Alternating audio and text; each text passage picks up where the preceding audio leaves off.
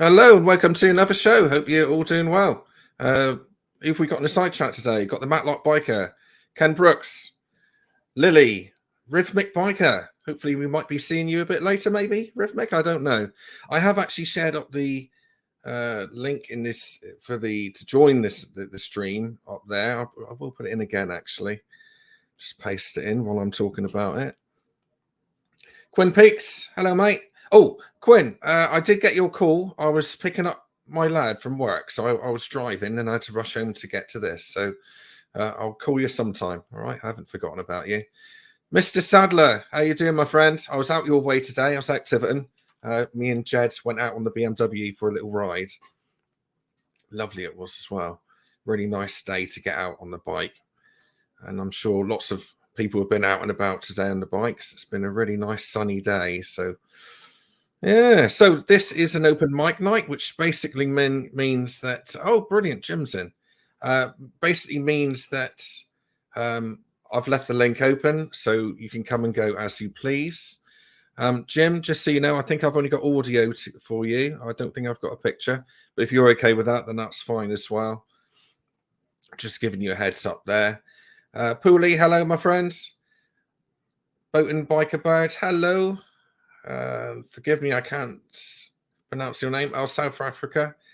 I'm not going to try and pronounce your name, but thanks very much for coming along. Really appreciate it. Blake, hello, Boot. All right. Right. Peaky, you're in as well. Brilliant. Right, let's bring some people in then. First of all, I'm going to bring in Mr. Rev Bomb. Hello, Rev Bomb. Yeah, good, mate. Good. I know you got some bacon sandwiches on the go there, so I don't want to interrupt you. I had no chance, mate. The dog had the dog's had them. I was just going to say, if you're a quick eater, or the dog's eating them, so there you go. I'm sat here. I was like, I'm sure I've got one left over there. And I've looked, and the dog's got it in his mouth. So I was like, oh mate, so you're going to go hungry now? I shall have so, for the people that don't know, who are you? What bike do you ride? And where are you from? And chuck in the Eclipse thing as well if you want. Oh, God. Right. Okay. Rev Bomb, founder of the Sausage Fest, Super Sausage Cafe in Toaster in Milton Keynes. Ride a GTR 1400. Also got a Harley 103 Street Bob. And I am looking, and if Andy says yes, I might have Andy Jersey's BMW next year because he's getting a bigger bike. So, if he decides to get rid of it, put the first offer into me, Andy. Money's waiting. But yeah, work for Eclipse Motorcycles down in Milton Keynes. And we've got an open day, 7th of April. So Sunday, 7th of April. If you've got nothing to do, you're in the Milton Keynes area, pop in and see us at the garage. So TikTokers and YouTubers there. And it's going to be a massive open day, loads of giveaways and freebies. Cool. So what happens on the open day? Is it just like a we just wheel all the bikes out. Yeah, we just wheel all the bikes out. We've got a coffee and burger hut there. We've got a DJ playing music, and we just invite everybody down. So it's just a meet and greet day. So basically, like going to Super Sausage, but I ain't got to roll the bike out of the garage. I do. And next we'll bring in Andy GSA Tractor. Hello, Andy. Another Milton Keynes lad. No, Milton Keynes. No, that's a bit north for me. I'm about 45 minutes south of that. Yeah. Oh, are you really? Oh, I never knew. Yeah, just down in Hertfordshire. Yeah, 45 minutes for me to get to Milton Keynes. You've been out today on a sunny day? Yeah, I've been working all day in the lovely weather. All round Slough, Windsor, Ascot. Yeah, lovely. Oh, what a bummer. What a bummer. Working. Yeah. Slave to it. That's me. Yeah. I've got to pay for the tours. I've got to pay for the holidays. Yeah, I bet. Are you going on any decent ones this year? Because you normally go on some real good ones, don't you? Yeah, June we're booked up. We're going down to just near Mont Blanc for a week. So we're doing the Swiss and French Alps again. And then September we are off to the Picos in Spain. Oh, that's what I want to do. Yeah, we're doing the Picos. We've already got the boats booked, hotels paid for, blah blah blah blah blah. So yeah, and then August we be doing the lakes. Oh yeah, yeah, lovely. 3 tours this year. Oh, that's good. That's good. That's 3 more than what I've got, Andy. Anyway, so next I'm going to bring in Jim, a good friend of mine. Is it going to work, Jim? Hello. Doesn't sound promising, this does it?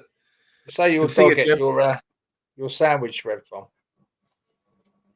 I did have one. Yeah, it's gone. I had last week. I had two ribeye steaks sitting on the side in my kitchen. I popped into the front room, went back into the kitchen, and there's one sitting on the side. No. We suspect it was the elder of the two Labradors who shows no shame or guilt as she woofed down £10 worth of ribeye. Oh, well, that's an expensive. That's exactly why I don't have a dog. I wouldn't want to risk my ribeye. The thing is, like we hoovered because Sunday afternoon when I get back from sausage, we normally blitz the house for a couple of hours and sit and watch a bit of telly. And I now have a shed load of crumbs all over the floor. So that'll be Hoover out again later on tonight. Yeah. You're lucky it's after 7 o'clock because the parrot actually shuts up at 7 o'clock. You got a parrot as well. I didn't know you had a parrot. Let's have a look. Oh, mate, listen. I don't know if you can see him, but he's in there. Oh, yeah. And he does not shut up. And he's just started to whistle the Laurel and Hardy tune every time the missus tries to do something or play music. So it's quite amusing. How old is he? He's about 8 months. Oh, is that all? Okay. Yeah. I've only had him a couple of months, but he's a right character. Because they go on for about 80 years, don't they? They can live up to 80 years, yeah. So technically, he could see my great-great-great-grandchildren. Cool. Right. What I'm going to do, Jim, I'll just remove you for a minute, mate. And then if you come back in, I'll be able to see if you come back in and I'll bring you in again. All right. So, but we've got no audio, no picture, just so you know. But it'd be great to have you in. Yeah, lots to talk about with you. All right. Cheers, pal. Right. Poor Jim. It's horrible, isn't it, when you can't get the techie stuff to work? All been I can't get my Rose to switch off. Just stuck on. I had that problem. You know what? I had that problem when I had the update. That's what I haven't done the update yet. That's probably why. But it won't switch off. So you have to let it go flat before it's not. Yeah, don't do it, mate. I had to get rid of mine in the end because the update just absolutely ruined it. So yeah, that's the end of that. Rev, I just want to say thank you for my coaster. All right. That's all right. All 5 of them actually now. I've got to do because obviously we've only had the laser about a month now. But obviously I've been chatting with Zed and Peaky on it. And we've got to sort out the burn temperatures on it. So you have to measure the temperature, the moisture of the wood and mess around with it. So I'll send you another lot out. I'm going to try and be a bit finicky with the coasters now and just try and trim them up so I get a better burn on them. But I'm happy with mine, Rev. Don't have to do another one for me. I'm happy with mine. It's fine. It's really good. Thank you. And I got 6 of them actually, haven't I? So yeah, so many tables Exeter's got to prop up. They all rot. They're ideal. Yeah, exactly. Yeah. So many glasses that I've got as well. The good weather beer, so you can always use them to prop up the dining room set and the patio set and barbecue leg. That's true. Yeah. Okay. Anyone else going to come in? I think Revmic's coming in. I do believe. I'll just leave the link up again. Trust Peaky to complain. He's buying the shit. I need some more. I've actually got it spot on now. It's actually got the Union Jack on the shoulder. So that's burn number 5. That one. So we've got it almost spot on. I just need to up it a little bit because the top of the E is slightly out on that. So we'll get there. We'll get the burn temperature. Yeah, but you know what Peaky's like? He'll moan about anything, won't he? No matter what you do, he'll moan about it. He moans about the price of breakfast at Super Sausage. The only way Peaky won't moan is if you make him out of walnut or something like that, which costs a bloody fortune. So, believe it or not, there was a 45-minute queue today to get a cup of coffee at Super Sausage. I got there and I said to the girl, she went, what do you want? I went, can I have 5 cups of coffee, lattes, and 5 cups of tea? And then I'm like, by the time I'd queued, got the drinks, because Peaky was like, I'm about 45 minutes away. Yeah, all right. Literally, I walked out, I put the tray down, we just started having our coffee, and Phil said to me, your mate's here, Peaky, is it? And I went, yeah, here we are, tea or coffee, help yourself. And they were still warm. Oh. How many people actually go to the sausage end? It's a massive Seems a massive place, isn't it? It's normally about 100. I would have said there was about 150, 200 there today. We got nothing. Fair weather riders were out. Yeah, all the fair weather. Believe it or not, Peaky's bike was the dirtiest bike in the car park. Everyone else had got a spotlessly shiny, clean bike, and I see that mine's actually dirtier than Peaky's at the minute. But the thing is, you either ride it or you leave it in the garage. So yeah, one of those, isn't it? GSs don't look right if they're clean. Exactly. Yeah. Oh, finally, it's time. Right, let's do some admin a minute. Jim's still there. I'm going to add you again, Jim, but nothing's going to happen, is it? No audio. No. Ah, bless him. He's giving it a go anyway. Yeah, anyone who wants to join in anyway can feel free to come in. We have got the Peaky Biker. I believe he's coming in a bit later, and also Rhythmic as well. Rhythmic Biker will be in at some point. Matt, if you want to come in as well, feel free, and I'll leave the StreamYard link down below once again. Like so. Quick one for you. Who's doing what festivals this year? I'm doing AB Festival. You do that. You've been doing that for the last few years, though, haven't you? 5 years or so? I have, yeah. I love it. Yeah, it's my little holiday. Yeah, if I actually done it when there was a hotel, I'd go. But yeah, I tried to do get time off for ABR, but because I've already got Wildbad and Motorrev booked in, he said to me, "No, you can't have that one because you've got 2 people on holiday. You're single crewed in the garage that week." And I'm like, "Oh, great, thanks." Yeah, so, yeah, typical, I've got the Motorrev one in May. And I've got the Wildbag. I'm looking forward to Wildbag because I've been messaging Cartswheels, and I said to him, I said, "Oh, I'll catch up with you." But obviously, Slow Bones is going to that one, Peaky's going to that one, and we've got a couple of others coming down. So, what's the dates on the Motorrev one? It's the end of May. So somewhere it's the Saturday, Friday, Saturday, and Sunday of May. So it'll be a good one. But I've said to Craig, who's like Maverick, I said, I can't get the Friday off, but I can get an early finish Saturday at 2:00, and I can ride up to you in Wales. And he went, "I'll tell you what we'll do." He said, "Buy your ticket." He said, "Basically, when you rock up Saturday night," he said, "you can pitch up, chuck your tent up, come and have a beer or whatever, and then we can do the ride on the Sunday." So it's going to be literally pitch the tent up, have a few beers, pitch the tent down, and go off and ride again. So it's going to be a quick weekend, but... Where is it? Where is the Motorrev? I don't know nothing about it. It's the Wales one. It's the Wales Weekender. Oh, right. I never know nothing about it. I'll bring it up on... I've never actually gone anywhere and on a hotel. No, exactly. You're not even a travel lodge, man. You're a 5-star. If it's not got 5 stars... I'm not slumming it in no travel lodge. A rail of whiskey. I don't blame you, Andy. Seriously, when you're on tour, it's part of your holiday, isn't it? So, you know. Exactly. I go up in the van and I sleep in the back of the van. And to be fair, the ABR is so clean. The toilets are spot on, cleaned every morning. So if you're going to do camping, that is the place to do it if you don't like it. I just don't like camping. I don't blame you. I don't either, mate, to be honest with you. But no. Yeah, I get the appeal, but no. Waking up cold and trying to get dressed with someone else's arse in your face. No, not my cup of tea. Yeah. Anyway, right, Spring and Stuart. Hi, Stu. Hello, everyone. How's things? It's good, mate. Good. How are you? I think we'll start off by introducing yourself, who you are, what bike you ride, and no bother. So, my name's Zhead Motovlogs. Stuart to everyone that knows me. I ride a Triumph Tiger Sport, just newly purchased, 2014. And I've also got a Kawasaki ZX-9R, which is in a state of bits. Is it? Right.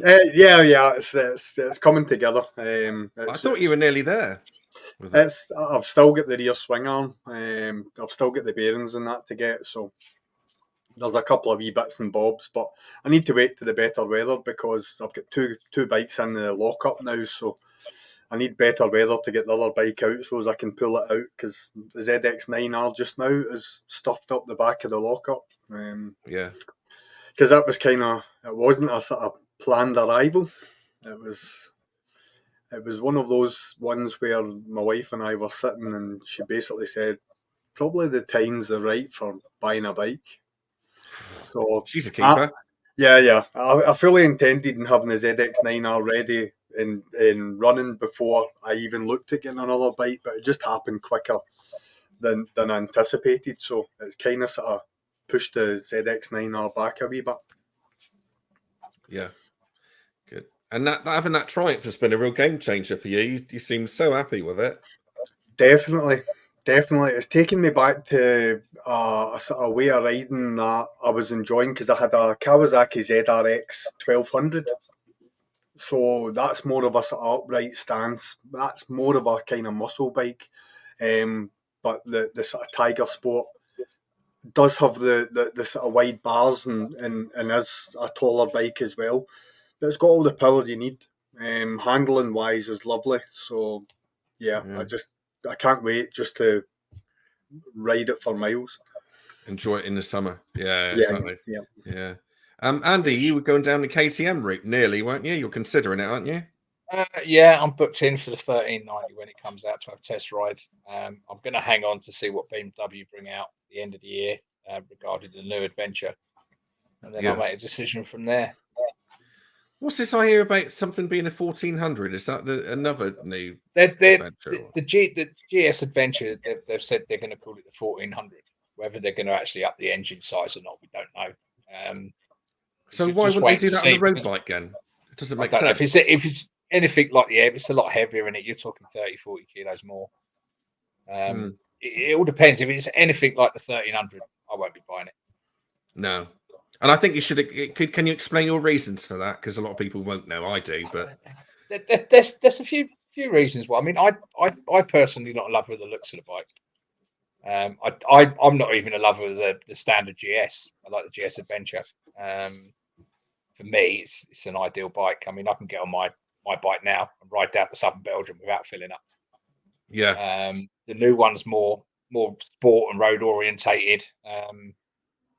I don't know. I just don't like it. It doesn't look as rugged as you'd expect an adventure bike to look. Yeah. And a lot of people have said that though. The OTSA people.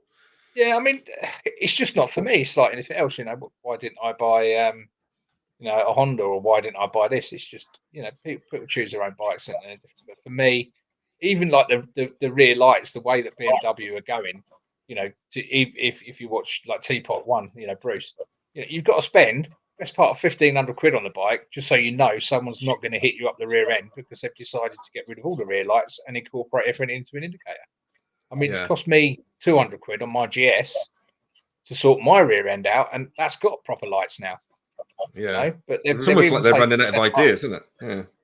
Yeah. What they've done, in my opinion, is they've gone for styling over functionality and safety. Yeah, and it's the wrong way. Sometimes you just actually wonder what they're thinking. It's like let's take a winning formula and just spoil it. If it ain't broke, don't fix it. That's my mentality. And they stopped making the. I think in October they're stopping manufacture of the 1250. Mm-hmm. But like you said, they've got a winning formula and they've changed it. And I think they've lost a lot of custom because of it. But then they might gain a bit more custom from the younger market, which is I think that's where they're aiming. Yeah. In all honesty, it's not as comfortable. The seat's not as comfortable. I mean, I could do 300 miles on my bike without having to stop and not get off aching, but you can't do that on the new 1300. Yeah, a lot of people do that. It's a bit like the old Transporter vans, the VW ones. And I got a T4, and that thing was at the best point, when they were making them.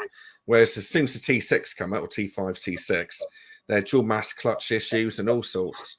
So I've actually kept mine. I've had it since 2001. T5 is a pig to change. Absolute pig to change.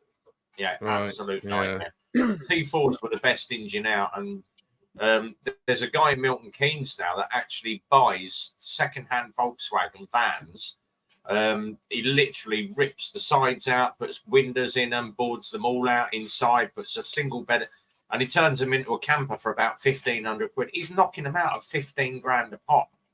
That's cheap. There's a place near us that sells camper vans, and you drive past, and it's from the outside just looks like grand. A VW van, and they're like 70 grand. No, see that's the hotel. Yeah, the boy who painted my bike, Graham's, he where his unit is, there's a guy that does camper vans right next door to him. So he'd taken delivery of a brand new V-dub. I'm not sure what one that will be, because I'm not kind of sort of up to speed with that. And he came in while we were doing some body work on the ZX9, and he's like, Graham, come here a wee minute, I've had a bit of an issue. So he'd taken delivery of carpet to line out the inside of the van. And while he was working on the van, now he's basically cutting big holes in windows in a brand new van. The carpet fell over. It hit a set of ladders, and it hit the side of the. And it was a client van. But my mate Graham's a wizard when it comes to body panels and whatever. And he's like, "Don't worry about that." He says, "I'll get that fixed." It's amazing what they can do, isn't it? Those people. Yeah. On the note of the new GS, there has been talk in BMW that there may be an M1250 GS coming out. Right. Oh, that's interesting. So they might bring out. Obviously, you've got the 1000 RRM. Yeah. About maybe bringing out a slightly more sporty style GS. Do you not think that's just like right? We've got how X amount of frames left. Let's just throw everything at it. Just because you know what they'll do? They'll overspec the suspension and everything. It'll be ridiculous. This is my other bugbear that I've got. I mean, I paid 22 grand for my GS, and I've probably poured another 15 in it, so I'm 23 grand into my bike. Yeah. But to spec up the new 1300 GS, not a GS Adventure, they're always sort of 4 grand lower. To spec it up would cost me 24 grand. Yeah. Mm. Now I've got to ask myself: is the depreciation on mine's gone down? Is that to throw another £10,000 to change it to the 1300? Is that 10 grand's worth of bike more? Yeah. No. I think if you're coming from maybe a 1200 and jumping onto the 13, that's fine. I don't think there's a big enough difference between my 1250 and the 13 for me to say, yeah, I'll throw another 10 grand in it. That's just not. Do you know what annoys me about the biking world? I mean, everyone in this sort of chat's been at a bike show at one point or another, and we've all seen the sort of specials that they bring out, or like a concept bike. Now, I just so wish that 90% of them would have just put the concept bike into production, because you never see half of what they put into a concept bike. And I know it's the same with the car industry, isn't it? Yeah. And I know the reasoning is that it comes down to an accountant at the end of the day that says that'll cost you this, so we'll go cheaper here and we'll go cheaper there. It's like, even, I mean, I actually mentioned it about the Triumph. See the bolt heads in the Triumph? They're absolutely rubbish. The quality, they're all oxidizing. The quality of them is just not there. I think Triumph are trying to get it back to Hinkley now, aren't they? Yeah. That thing we saw at the bike show when me and Zed were looking at it, the Arc Vector. Yeah. And I think it's 110 grand or something for that bike. But oh god, the engineering that's been put into that, every single bolt on that is absolutely spot on.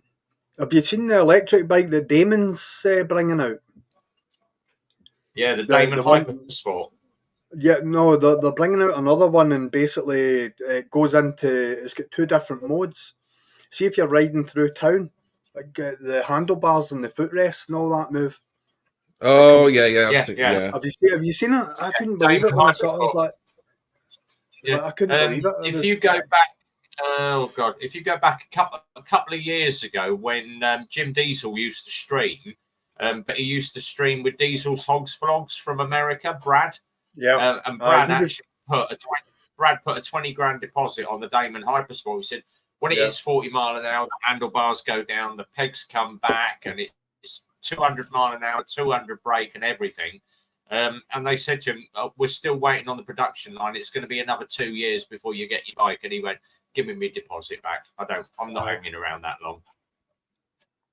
So yeah, to be honest with you, lads, it's all silly money though, isn't it? You know, that's why I don't go to the shows, because I see a concept bike and I think, well, it's not going to be like that anyway. No. So what are we looking at it for?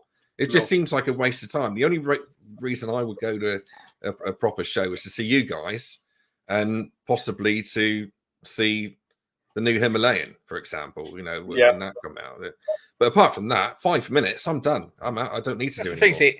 We went down to the show in London. We go every year. We sort of spend 3 or 4 hours in the show, and then we hit London, we hit Camden, and we have a night out. But this year we went down specifically to look for a scooter for the missus. Now, half Lex Moto people like that weren't there. Went on the Yamaha stand. She found a Yamaha she liked, not a problem. Sat on it, loved it. I said, right, we'll have it. Called the guy over. The guy come over, said, nah, they're not ready till June. You trying to sell me a bike I can't have till June? I said, see ya. Yeah. Why even have it on the stand? Yeah. It seems to be supply at the moment. I think they're having problems supplying the 1300 GS as well, aren't they? Have you heard that? Yeah, they're having recalls galore at the minute as well.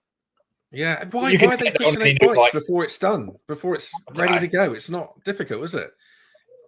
I don't know. It doesn't make sense. Any manufacturer's the same, innit? You know, they want the money, they want the coin. You know? And COVID hit them a lot, slowed them up a lot, and obviously now the 1300 I would have thought would have been out maybe a year or 2 years earlier if it hadn't been for COVID. And you know they're trying to recoup some money. And it's as if the initial owners as well are the test pilots. They'll discover all the faults, and then BMW will do all the rectification. I would not buy a new bike. I would wait at least 12 months before purchasing that particular model, just for all the recalls to settle down. Yeah. The recalls are fine. I mean, BMW, I'll give them their due. They're quick on their recalls. If there's a problem, they'll admit it. Hands up, we'll get your bike in tomorrow. And it's a small inconvenience, but you know they need. All manufacturers need to sort it out before mass producing these bikes, getting them out and going, oh, hang on a minute, we've got a problem with this unit. It might set your bike alight. That's nice. Yeah. It's normally very unlikely, isn't it? I think it's a good thing that recalls happen, because a lot of people contact me and saying, well, I'm not going to get that bike because it had a recall. Well, don't worry about it.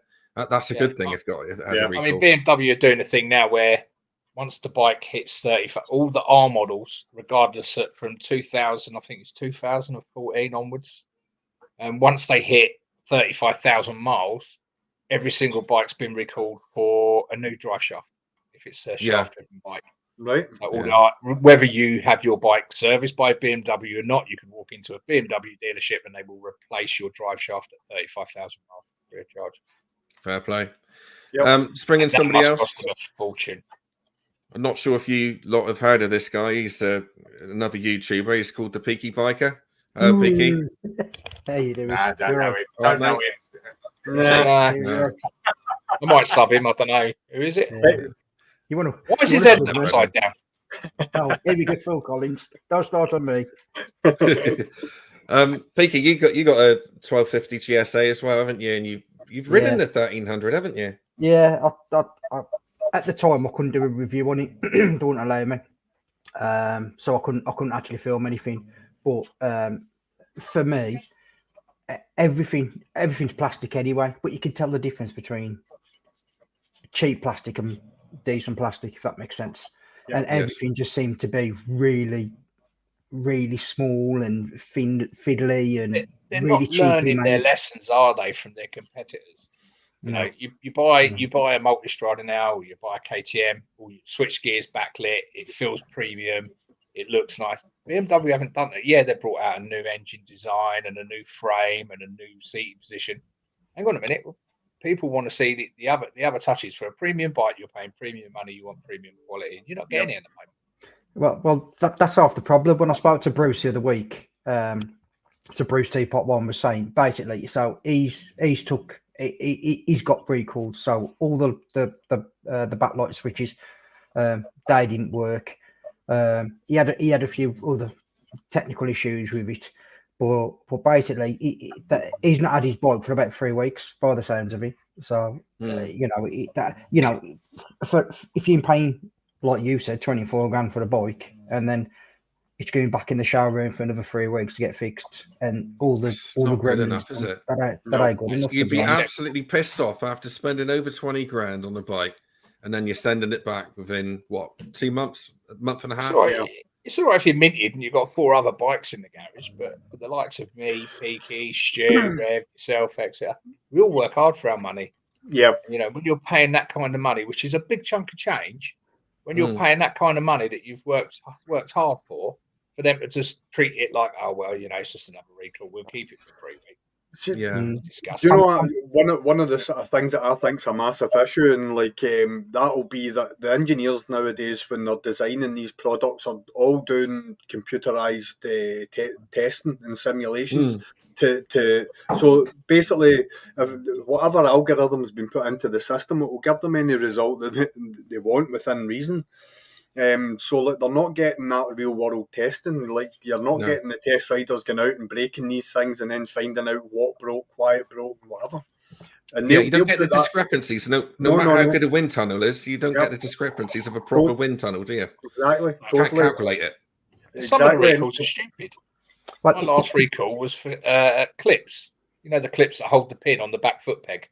Oh yeah. Why are you going to book it in for that? I've just left it. They can do it on the next service. I mean, to be fair, the only other issue, well, not issue, but the other thing I'm hearing at the moment from a lot of people are these people for the BMW changing their indicators to white indicators, so that when the flash orange rather than at the moment as stick on orange all the time and then flash.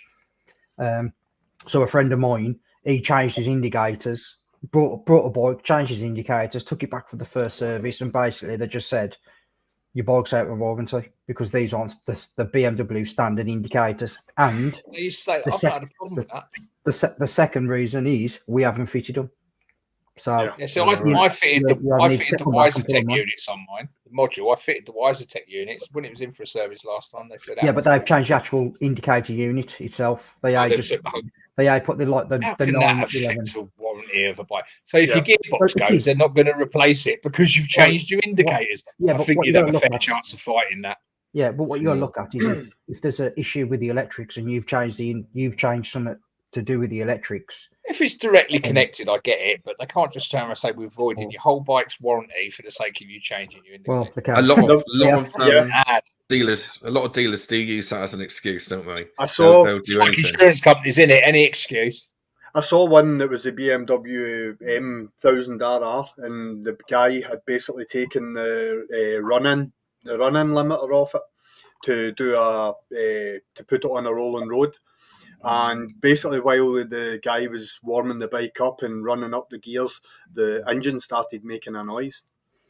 The bike only had 400 miles on it, and they took it back to BMW and they refused to warranty it because they'd taken the limiter off it. And they said that it was like they had basically avoided the warranty by doing that. Which, so if you talk to anyone, and Peaky, you'll know this yourself, it's like any race team that buys a brand new bike, they say that a hard run-in's probably better. You gain more horsepower in your engine than you do with a soft run-in. Yeah, I mean, you got to avoid. Don't you lose longevity with that, though? Well, it's not really, no one really knows, do they? No one's actually tested. I've run in all my vans, hard running. My T4, that's on 115,000. It's like brand new. Yeah. I mean, like I say, when I used to race, when I bought bikes and new, they used to say to me, don't go out for 4,000 revs, and I'd pick it up that morning and I'd be at Mallory Park that afternoon and you're brand new, indicator still on and everything, because the engine needs to realise how it's going to be run, not softly, gently. It's going to be hammered straight away. I've had, in all the years I was racing, I had 2 engines blew up on me. Did you run your GS in the same way? The thing is, when I bought mine, because obviously a few BMWs when you buy them, they have even the KTM, they have limiters on, like you're saying, with the RR. Yeah. And I said to the bloke when I picked up the GS, I said, "Is it on the limiter?" He went, "No, we trust our GS riders to be a bit more sensible." I know a few. I wouldn't trust them. Yeah, mate. It was like that 900 though. That new 900 GS. If you're after a 50-50 bike, literally a 50-50 bike, 50 on road, 50 off road, that is absolutely perfect for that. See, whenever I buy a bike, I have to be too up orientated. Yeah, but no, but not been not right. How can As a second bike, I get where you're going. I know it's. How can I put this gently to you, Andy? You're a big fella, are you? So do you know what I mean? When you sit on that 900, you're going to swallow it literally.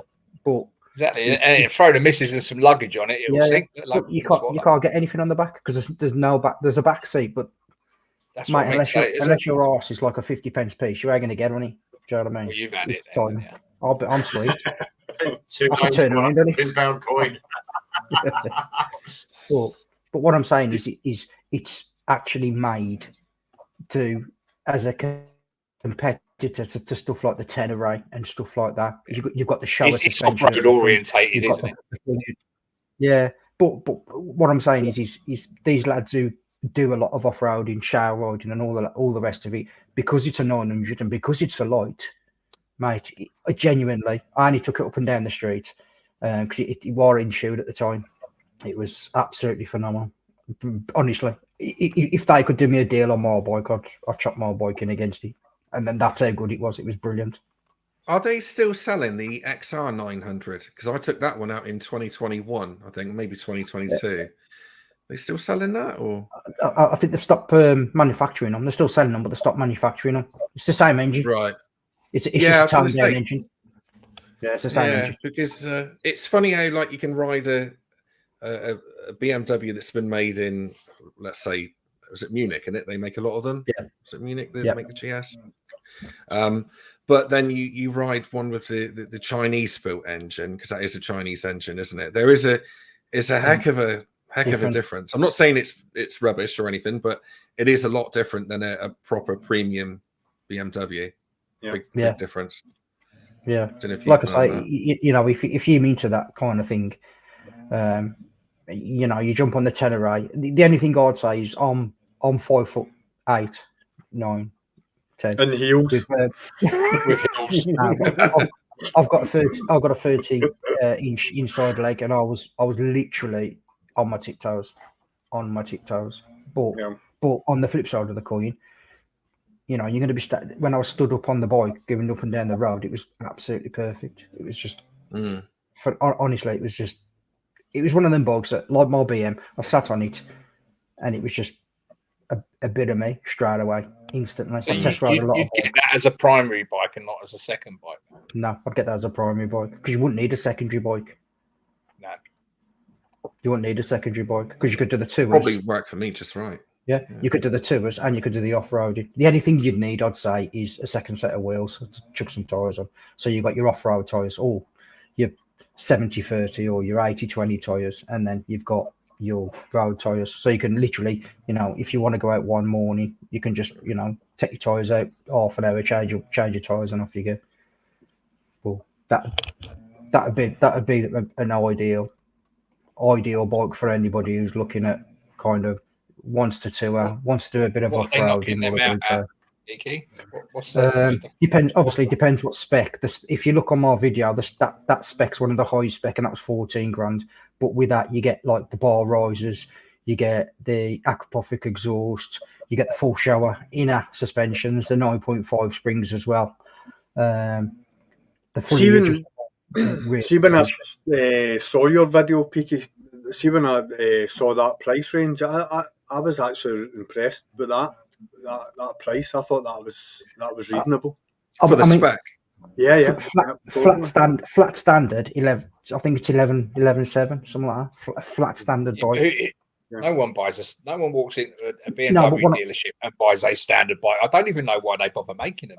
Yeah, but what I'm saying is if you're going to go off road, you don't want to go. The only thing I'd put on that, I'd buy a standard bike and just put some frame guards on it. That's it. I wouldn't have an aquapothic. If I was doing off-road, I'd be more inclined to buy a second-hand bike a little bit cheaper and then not worry about it the first time I send it down a gravel track on its side. Exactly, and that's one of the reasons why. That's one of the reasons why I'd have a standard bike, because you tell we're spending $1 grand on an exhaust. I know someone that's got a Tiger 1050 you can borrow to send down these gravel tracks. We all want to get of that one. Lads, I'm just going to bring in another mate of mine. Oh, he wants to start being called Matt by the looks of it. So I'm going to bring in Matt now. Hi, Matt. Hey, how's it going? How's You're things? right. Vicky, you right, mate? You're right. Yeah, You hear get you to the loud same and addresses as me. yeah. Quality challenge. I didn't realise it was quite so shiny. I've never had a camera up that high. Yeah, I'm getting there. I'm halfway there. There's a few in this room that I accepted it. Yeah. Matt, would you mind just telling us? You just started a YouTube channel, pretty much. Was it been going about a year, isn't it, or so? What bike you ride? Yeah. And So I'm riding a from? G310 GS. I've had mates with bikes for forever. My two best mates, like the godfathers of my daughters and all that kind of stuff, are both bikers.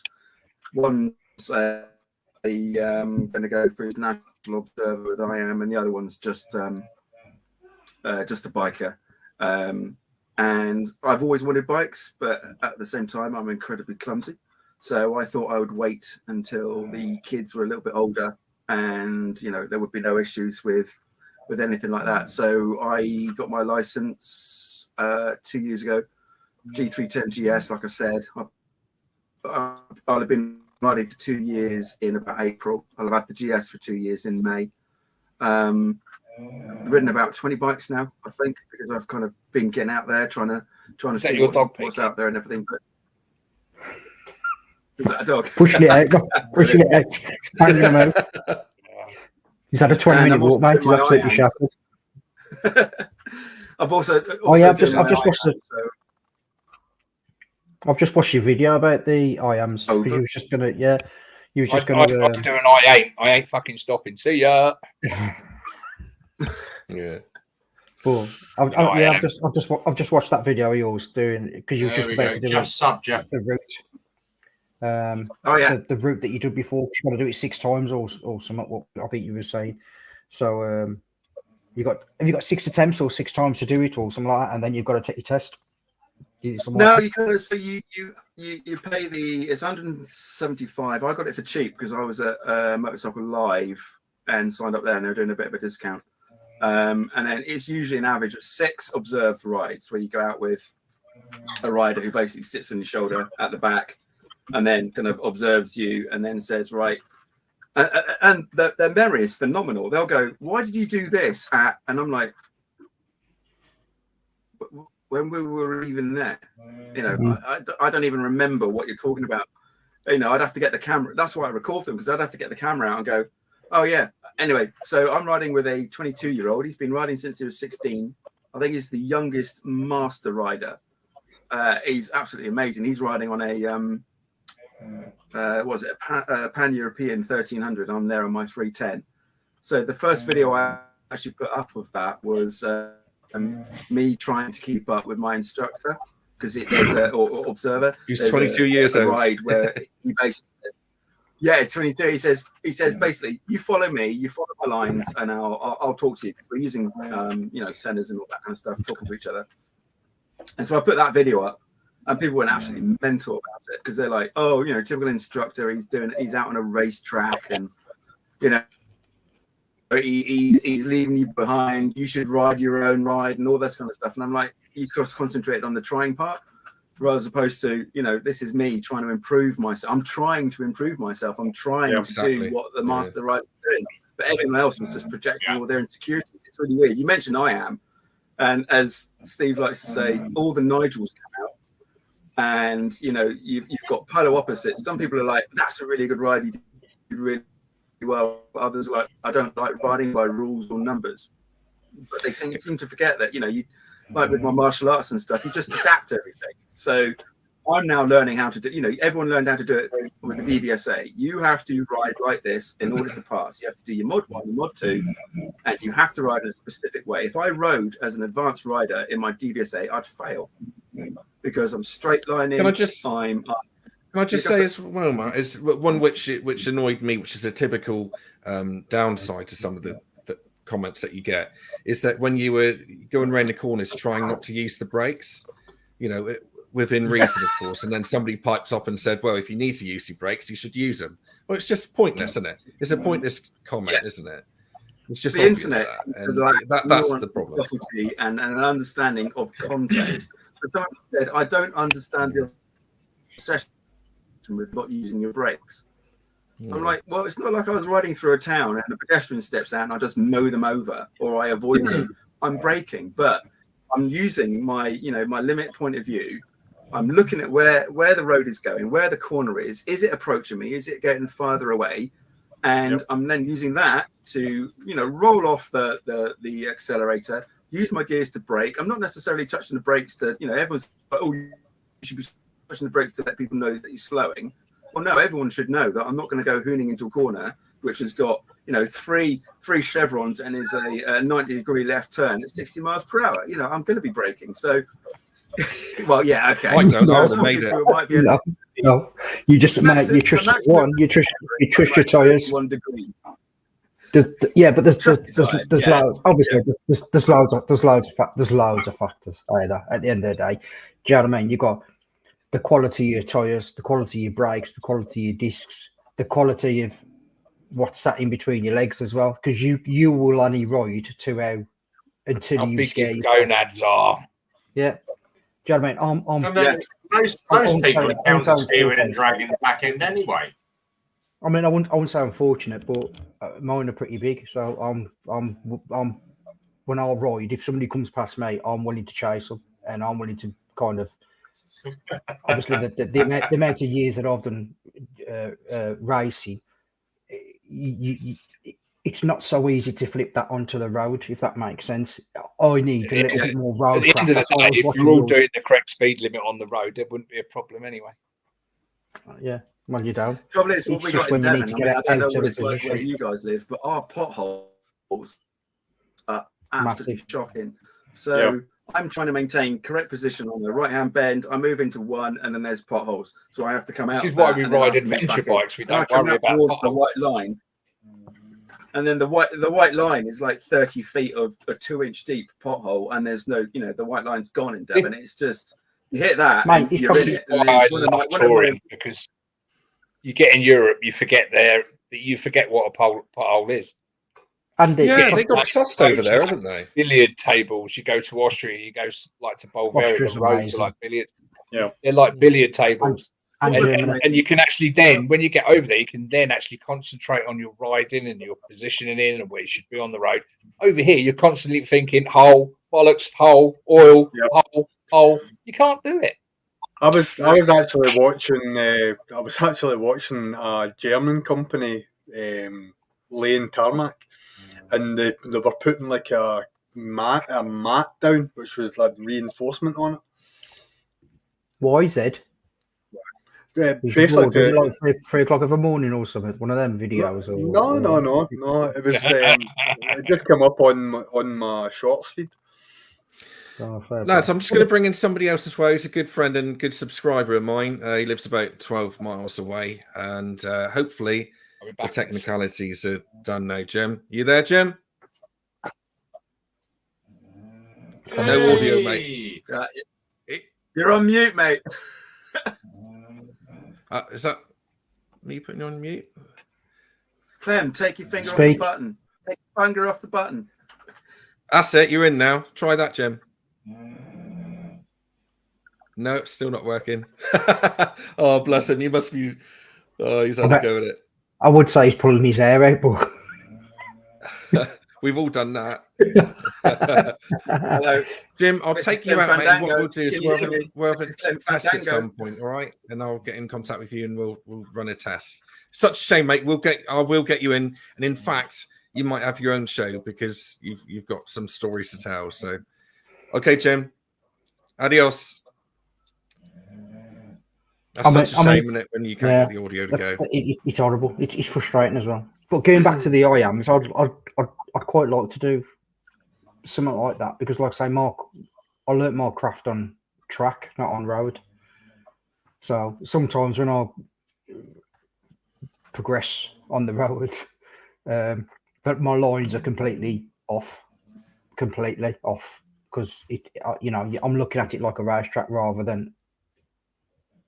Okay, while we're on that, Peaky, you got some experience in Stu and Rev actually. What's the difference on a line on a right-hand bend compared to track and road? The way it's meant to be done. So for me, No I'd different. use. See, I totally disagree there. So what I do is if I'm going around a right-hand bend, I'll keep to the left as much as possible to open up the bend so you can see through the bend for starters. Yeah. Secondly, get all your braking, all your gearing, everything sorted before you hit the bend. What you don't want to be doing is changing gear, braking, or trying to do two things at once. So a bloke once said to me years ago when I was racing, your tyres can only I like this. I heard this the other week and it's a good one. Go, Peaky. Your tyres can only do one thing at a time. They can either move forward, turn, or stop. They can't do two things at once. So you've got to allow that to happen as one movement. If you counter steering, you've got to allow it to turn, then steer, and then progress. You can't. I mean, the MotoGP lads can, but you can't brake, steer, and tip into the corner all at once. Your tyres are only allowed or only made to do one thing at once. And as soon as once that sinks in your head, your riding will progress massively because you won't be braking as hard. You'll start using your gears and the engine braking to tip into the corners, and then you'll naturally become quicker, smoother. As a road rider, you'll naturally progress. Then you know these IAMs are brilliant because it's just an insight. But having smooth is fast is smooth. So I don't mean to jump in, Peaky. It's always a little bit of a lag, isn't there? So we all know that we don't mean to be rude. Has anyone else got any other little nuggets like that? Of advice, such as the tyre one, where you don't let them do three things at once. No. and how often do you check your tyre pressures? Every time I set off on my bike, it tells me what they are. Every time. Yeah. Every time. I've always been a strong believer in two things on a bike. Don't muck around with your brakes or your tyres because they're the two things that are going to kill you. Yep. It is another one as well. Everybody probably knows it, but look where you want to go, not where you're going. Yeah, that's a good one as well. Yeah. I remember when I first started riding, I had target fixation, something rotten. Yeah. If I stared at a curb, I was going into it. And my mate he's been riding since he was 50. He'd been riding for 30 years before me, and he was following me. And he says, "I can see you doing it." He said, "I still bloody followed you." Yeah. But I've got out of that now. But every day, target fixation, when you get a bout of that, it is bleeding awful. So that's a lot. What I was going to say is a lot of people don't realise the surroundings as well. They just look for the grey part of the road. As opposed to looking at where the hedgerows go and looking at where the lampposts are or telegraph poles or the electricity lines or whatever. They'll give you more information about what's up ahead than anything that you could understand yourself. So the lights up here as well. It's like always like going the shortest distance as well, which sometimes necessarily means that you're on the wrong side of the road. But some of the roads up here that to cut through a section of corners, you're almost going straight. If it's clear to do so, I mean, like the advanced riders will tell you exactly that.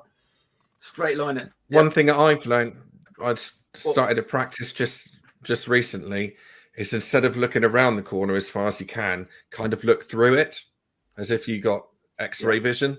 That's kind of helped me a little bit to always look through get around the corners a bit better. Yeah. But and I'm definitely somebody. I had one. Yeah. Go on, Rev. Go on. I had one last week. We've got a guy that comes up Super Sausage. So he is what they call a Met Police seg rider. He's the one you see running around London with a whistle in his mouth, stopping the traffic. He tends to escort the Prime Minister or the royalty. But he said to me, if you're on a single road, how do you turn your GTR around? And I went, bloody long time. It's normally a 7-point turn.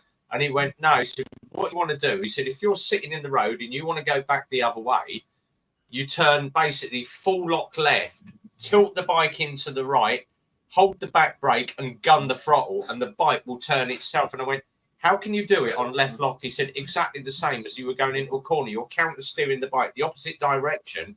He said, but if you lean the bike in, gun the throttle, the handlebars will come round on their own, because the centrifugal force of the bike will kick it round. But you've got to maintain the power. You can't do it slow. You've got to be bloody quick on the throttle. I had a try on GSR, and it was like, oh, I had about 4 go. Yeah, you can literally you can flip that bike round on a single lane with a bit of left hand lock, lean the bike in, drop the clutch, hold the back brake. You will flip it round on a single lane. Next time I'll come down, Sausage, I want you to show me It's that. bloody good. Yeah. Make sure you're filming it. Pick it up. Drop it. Talking about target fixation, It works. It actually works. Yeah, I went to the ABR festival with a mate of mine, and we rode, was it Ducati Deserts? And he kept on looking at the grass, and then he ended up in the grass. Who was that? Yeah. That was Matt. Yeah, well, at least I got to test my air vest, so that worked. Yeah, well. and It's it just worked, a didn't bit it? Expensive. I mean, the only thing I'll say is, I mean, go on, mate. Sorry, go on. Yeah, no. It went off. It cost me 230 quid. I got a discount, but I definitely felt that I'd had an off for the entire weekend, because I've got knackered shoulders from martial arts and a car crash where me and my daughter got rear-ended about 2 years ago. So I got kind of shoulder issues anyway, and an old man type thing. And when I came off, I went head first into the ground and hit the shoulder and everything. So I definitely felt it. And it would have been, I don't want to say it would have been interesting to know what it would have been like to ride without the vest, but then it left me without a vest for the entire time that I was there. So when we're out doing the Tuareg and all the other stuff, I was then riding without my safety blanket, thinking, bloody hell. So it's typical, because I then remembered I had a full set of off-road armor, which I bought for a Halloween like 2 decades ago. So now I wear that when I'm off-roading, and I wear the vest when I'm on the road. Go on then, Peaky.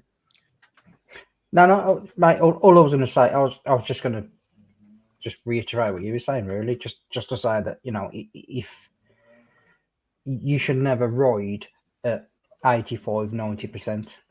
You should never ever ride that. If you're going into a corner and you're scaring yourself into a corner, you're riding too quick for yourself. If you can progress through the corner and learn through the corner, even if you've got to do that corner 20 times in a month, do the same thing over and over again. Looks like nice. You. I think you're off, gaining knowledge. Sorry. With your off, it was wet grass, wasn't it? Wet grass is the worst to be riding on. It's wet grass, and also the funny enough, the Ducati instructor guy then said also we had sand tires, so they were blocks, weren't they? They were like tank treads rather than actual off-road things. And he said basically, I mean, one of my mates who rides, so it's more like a slick. It was really speaking, to Mav and Biker Red and all that lot. And basically, I leant too far. I hadn't really done much off-roading on grass anyway, most of it on mud. So, I was going, the actual commentary is, I really like this bike. This bike is absolutely, and then, I ate grass. Some bloke behind you filming, no doubt, was there? Yeah, going, yes, he's down. I got that. Just let you know, Matt, that's on show on YouTube. Now, to be fair, I was really impressed because you at the time you were quite a new rider, weren't you? So I thought that was going to dent your confidence, and it didn't. It didn't seem to. You just got on and off you went again, and we had a good weekend, didn't we? It was good fun. Yeah, I think I've been riding for 6 months at that point. Yeah, not very long. I hadn't been riding for very long anyway. I can't remember now. There was a whole, it was good. Yeah. If you want to progress, you've got to do the courses like anything in life. If you want to promote yourself in whatever kind of work you do, you've got to do the right courses to get promoted. It's exactly the same in life. We all ride motorbikes, and it's the most dangerous vehicle on the road. For you, the more knowledge you've got in reserve, the better it is for you. And that's the same on track. I mean, I've had some really bad accidents on track, but you know, it's if you have an accident, you can come away from it and say, I know why that's happened. Yeah. Then you can learn from it. It's when you have a crash and you go, I don't know what I've done wrong. That's when the panic starts. Well, not the panic should set in, but as a racer, you sit there and you just go, I don't know what happened. That's when, you know, your team will sit there and just go, well, what happened? What did you feel? How did this happen? If you watch the MotoGP today, the gearbox locked on Vinales. So if you see his legs kick out, when his legs kicked out, he was trying to stamp down on the gear lever. Yeah. So that's why he crashed, because basically the bike was going too fast when he come off at the end, because it was in gear still. Because they needed the engine braking about 200 yards back. And that's why he flipped a little wheelie halfway down the back straight. But what was that? Aprilia. It's the Aprilia. The worst one I saw for that was when Guy Martin came off at 130 mile an hour on the Honda. You know how when he paired up with John McGuinness, he basically went into the corner and he had a box full of neutrals, and he actually jumped off the bike because the worst one I seen was Bruno with Mark Marquez when he goes down the back straight and he piles off, and he's doing about 190 mile an hour, and he just piles off because the throttle sticks open. Right. Is that the one that the bike speared into the air fence? Yeah. It blew everything. Just it obliterated. That's a red flag. That's a red flag. If about 4 hours and rebuild all the fence. Yeah. Because the throttle stuck on. Go on, Stu. I was just going to say, like, after Guy Martin's incident, Honda pulled John McGuinness from the race as well because it was in the electronics issue that they had, actually. Oh, really? Yeah. Bloody electronics are a pain in the ass. Right, somebody else to bring in is Rhythmic Biker. Hello, Grant. What are we saying? We good? How's you doing, mate? We're doing good, thank you. He's on the water, he's on the good stuff. Say that again. Finish doing your hair then. You know, see what an hour ago, eh? Nah, just always looks this good, mate. Vidal Sassoon, bad hair never looked so bad. There's those. Leave him alone. There to lend Peaky, Matt, and Exeter some. Nah, yeah. Be nice. If that's the fashion, I'm glad I got none. Anyway, Rhythmic, it's lovely to have you, mate. How you doing? You been out on the bike today? Yeah. Anyway, been out. He gives his boyfriend something to grip onto. He's lying. He never comes super sausage, did he? Yeah, no, I've been out all day. Went up to Peterborough, graffiti tunnel there, and from there just rode around. Really, yeah, I didn't fancy going to the graffiti tunnel just for photos, is it? Or yeah, it's just for photos, and some of the local crews up there go there and just meet up. Not been down to the London one by the Millennium Wheel, and that graffiti tunnel.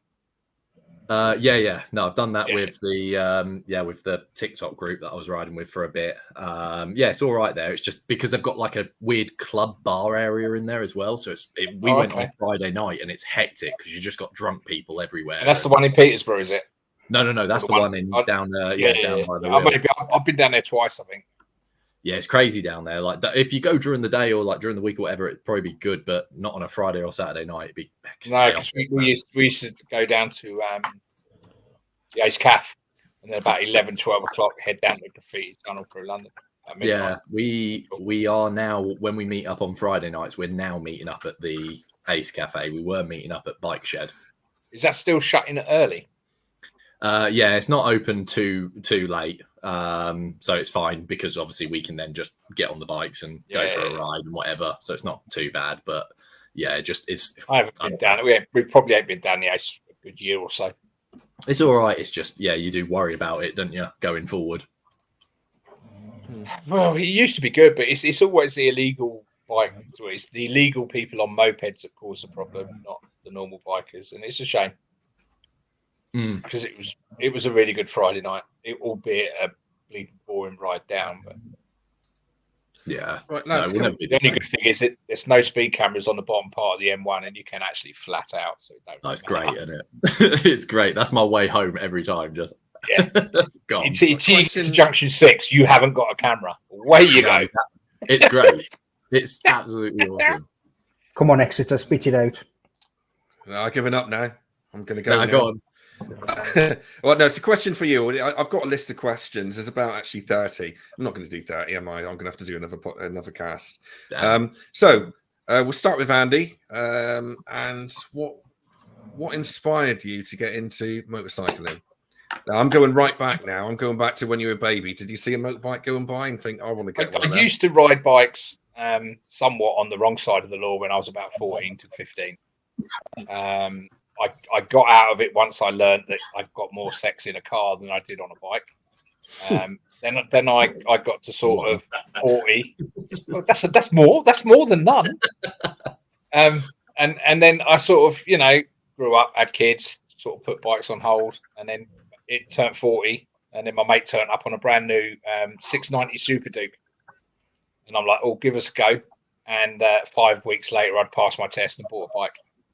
And yeah, the rest is history. And the rest is history.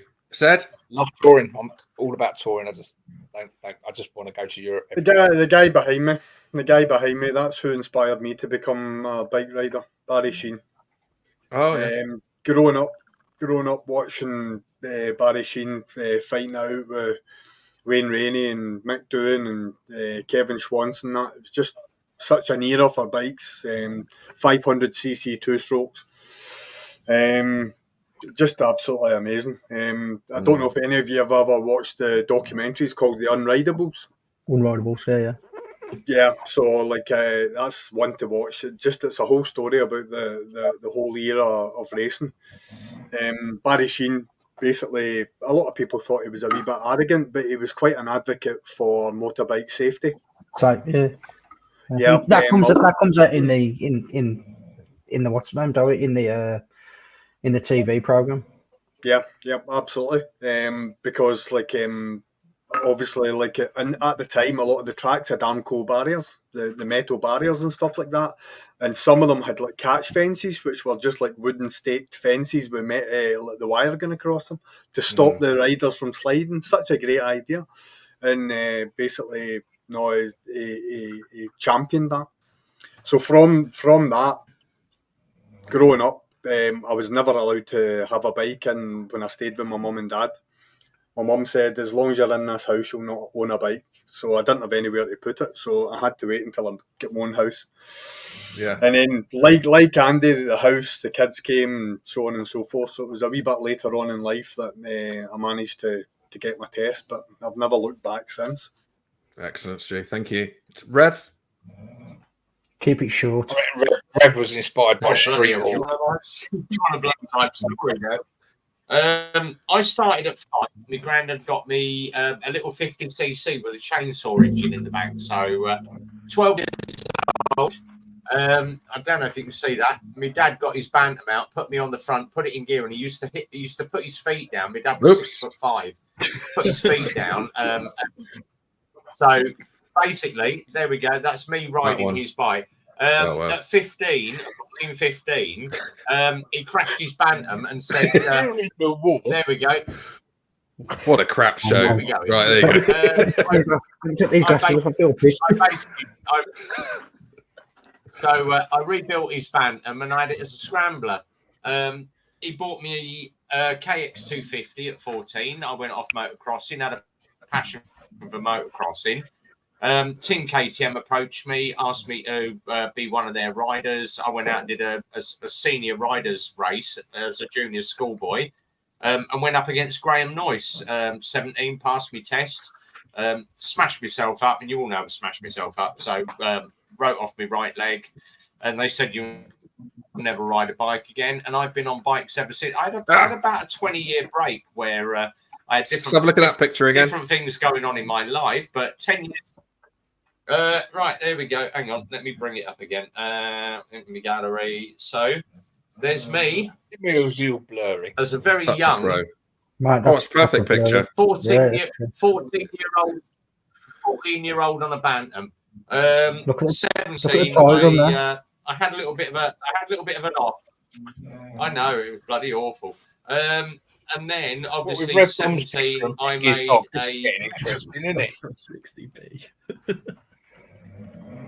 So Hang on, I where's the did. button? That's what I ended up doing to my right leg at 17. Ooh, press the button, go on. And then you me.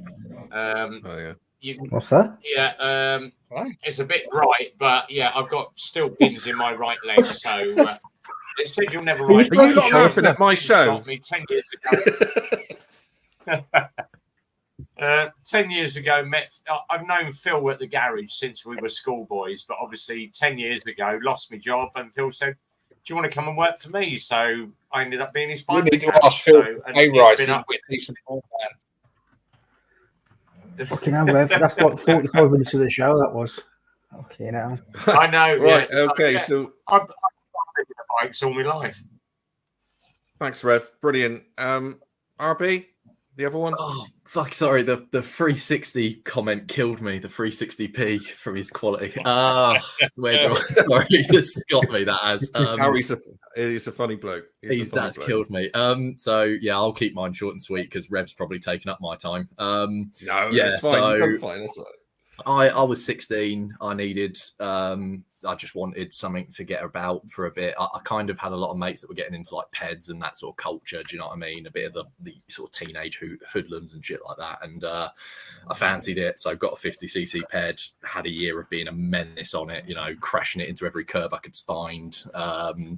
17, didn't even have a day where I'd like go and do any testing. I was just like, right, I'm 17. I can go get a 125.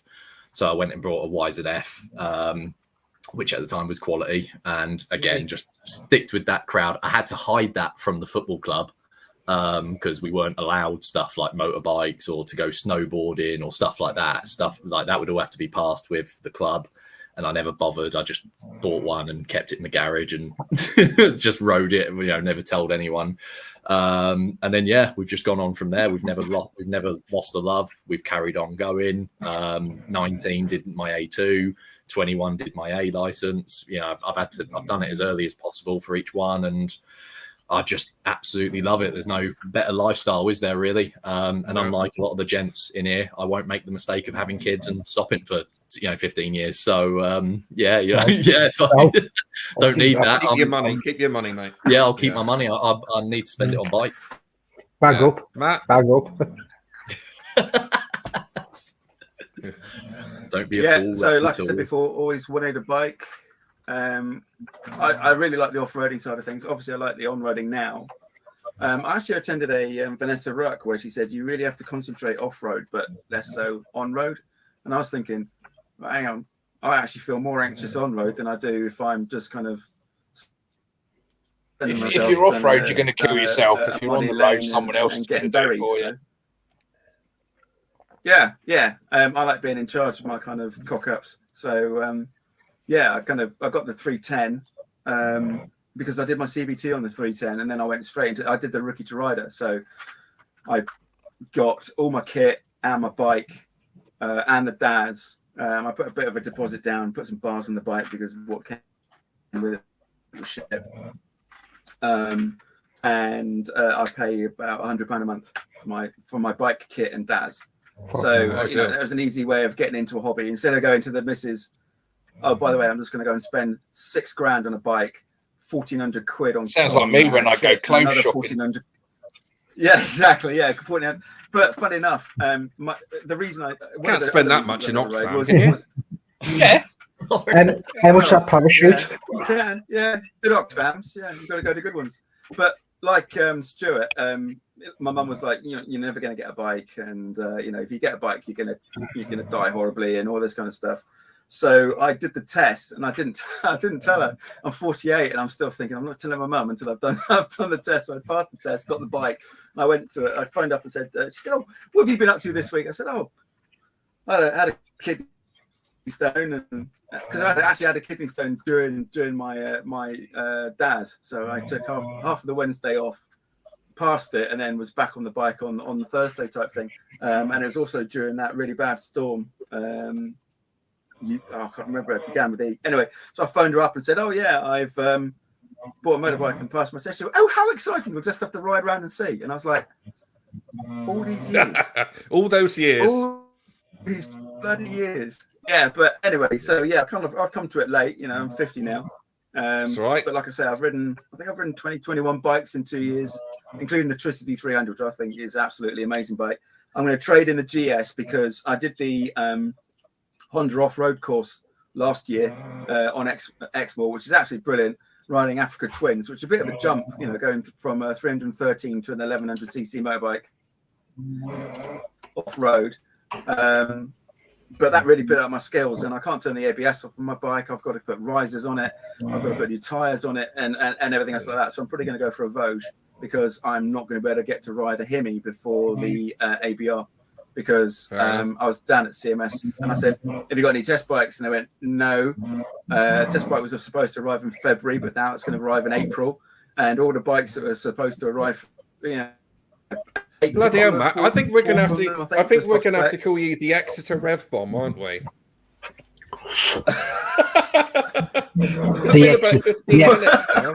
The Exeter Love Child. Yeah, because I like talking. So anyway, yeah, I'll be getting a Vosges because it also comes with a USB charger. So there we go. And I need one for the phone. No, Matt, you know I'm joking. No, thank you. Yeah. Yeah, I do. Awesome. Yeah. It's all right. I'll just push you off next time we see each other. Peaky, have you finished? Yeah. I don't know if he has. Yeah. Quick, get in. Yeah. No, I'm only joking. Go on, Peaky. So, now go on, don't let me interrupt. Go on, keep going. Don't fucking start. No, after you, mate. Go on. I don't want to interrupt, mate. Okay, then, mate. No problem. Thank you. Nah, my family. I've got a big family, so all my dad's brothers all had motorbikes. So when I was a kid, I used to take them motorbikes. We lived next to a field, so we used to take them out as and when we wanted, basically. Joined the army. Obviously, got injured while serving in the army. Got a few mental health issues, and then ended up having to. Well, I just passed my test because I just thought it was a good way to kind of get backwards and forwards to work. But then from then it just progressed. You know, I started, you know, riding unsociably on the road, and then just I just basically progressed from on road racing to actually racing to actually doing road racing, and then really hurt myself in Almeria really bad, and then when I come back, I said to the missus, "That's me done. I don't bounce well no more. I fucking thud." So that's me done. So I ended up having 4 years still with my bike license, but I don't ride a bike, just basically recovering, and then started road riding or touring or whatever it is. So yeah. Excellent. There you go. Excellent. What do you guys like outside of motorcycling? Who should we start with? Drinking. Yeah, there you go. That's Peaky done. Matt, anything else apart from motorcycling? Yeah, books. Yeah, writing books, D&D, martial arts, shooting, archery, painting toy soldiers, as my wife calls it, which is they're not the military. What? I used to do 2 sport LSR and everything else like that. It's kind of like I came third in Devon County shooting and stuff. I used to be a marksman, but I had a bit of an accident where I was getting photos in my eyes. So I was finding after a day's worth of shooting, I'd be going blind in my shooting eyes. So I kind of put it off to stop. I've just kind of got back into it again. Yeah. How about you, Rhythmic? I love football. Obviously, football's like a second life for me. And it's really sad because normally bikers hate it. So I try not to talk about it too much. Sorry, mate. What level did you play at? I played pretty much youth professional. I was in the under-21s at MK Dons, and Have you been to? So what was it like? YTS, or did you get to Lillishall trials or anything like that? Say that again. Sorry. So was you like a YTS or anything like that? I was just spotted when I was 12, mate. I was really young when I was spotted, and then you're invited to trial, and then it just goes from there, really. And I was at the club for years till about 19, then let go. Goalie, right? I don't unfortunately have one of those good stories where it's like, oh, if it wasn't for that knee, or if it wasn't, I genuinely just wasn't good enough. That's simple, black and white. Very lucky that in this country, similar to like America, you can go like on a sports scholarship to uni because I didn't have the grades for it. So but I still love football regardless. And as Rev's put in the chat, I love Star Wars, so I spend a lot of money on shit Star Wars merchandise. What, the old one or the new one? I'm obviously I'm the sequel, so yeah, that's my era. But I love it all, just maybe not as much. I wouldn't defend the new stuff. I understand why people don't like the new stuff, but the Mandalorian's good. Ahsoka was a good series. Kenobi was watchable. Andor was a bit boring, but hey ho, we live and learn. Yeah. Stu, I'm gonna mix it up a bit. Yeah, lawn bowls. All right. There's a shocker for you. I've played bowls since I was 13. Competed at national level, so that's about the same time I started playing with my balls, I think. So I bet you got 400 yours. I've got long arms I can reach.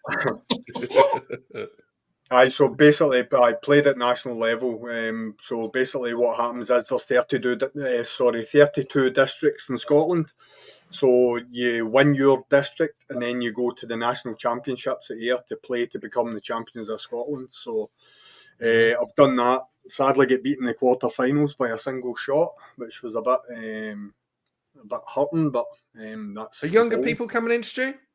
There is quite a sort of core of younger bowlers. Yeah, I'm 50 and I'm classed as a youngin.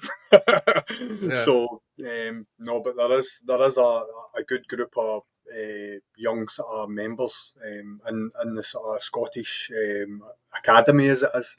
Bowl Scotland do quite a lot for younger players. So. Yeah, so that's basically what I do. And I've been the president of my bowling club. I've also been president of my district as well, which not a lot of bowlers get the privilege and honour of doing that. So cool, lovely, thanks, G. I thought you said longbow. That's why I said what draw. Long bowls. Right, gotcha. Long bowls. Oh yeah, I do actually. Yeah, awesome. Right. Bowling. Rev, got any other hobbies, or is it just you ain't got time? If you make you work, I like a bit of airsoft. So if you're into running around pretending you're ex-army and shooting people with a gun and airbeds. I've got a couple. I've got I've got a Glock and I've got what's called a Tokyo Marui electric MP5. So yeah, I'm pretty good with a rifle. So yeah, I do like a bit of paintballing and running around doing some airsoft, but I don't have time for anything. Why are you in the Navy? It's good fun. No. Why are you in the? What was you in? You've seen. I'm not putting the beret on because you said I look like fucking Frank Spencer. I was just thinking. Come on, Captain Marine, put it on. Oh, Betty. Andy? But yeah, I do like a bit of clay pigeon shooting. So I'm into my guns. Fair enough. Andy, got anything else you like apart from drinking? What's that? Andy's Hang on. Let's try and work this out. How did I do it last time? That's my Arsenal. Like that. Oh, right. Oh, you got guns as well. Your Arsenal on YouTube. Yeah, I've got Section 1 firearms and shotgun certificates. So yeah, I do a lot of shooting. I'm with a bunch of psychotics here, aren't I? Yeah. Right. How long have you been doing that then? Yeah. 30 years. Yeah. So, and I like doing my garden as well. Between the garden, bikes, and going out in the field and shooting. You've got a lovely garden, mate. So you can travel with the weapons and stuff as well. Then it's even better now. There's a pub at the end of my garden, I must admit. But yeah, can't wait to that pub. No, I want to go there too, Peaky. We're gonna have to descend on Andy's house and go to the Dog's Bollocks. That's what it's called, isn't it, Andy? I've had to call it the dog's danglies because the grandkids go to school and tell people they've been to the pub. Oh. The dog's bollocks. Show and tell. We're going to show me. Oh, I'm going to show the dog's bollocks. Yeah.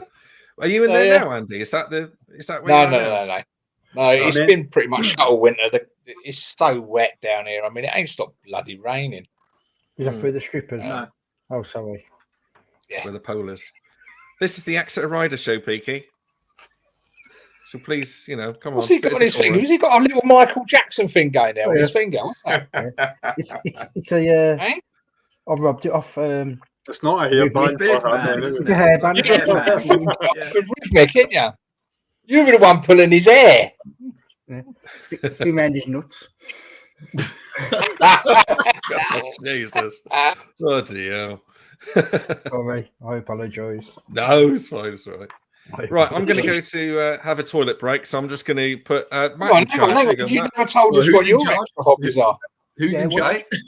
My hobbies? Oh, okay. You never told us, did you? You asked us the question.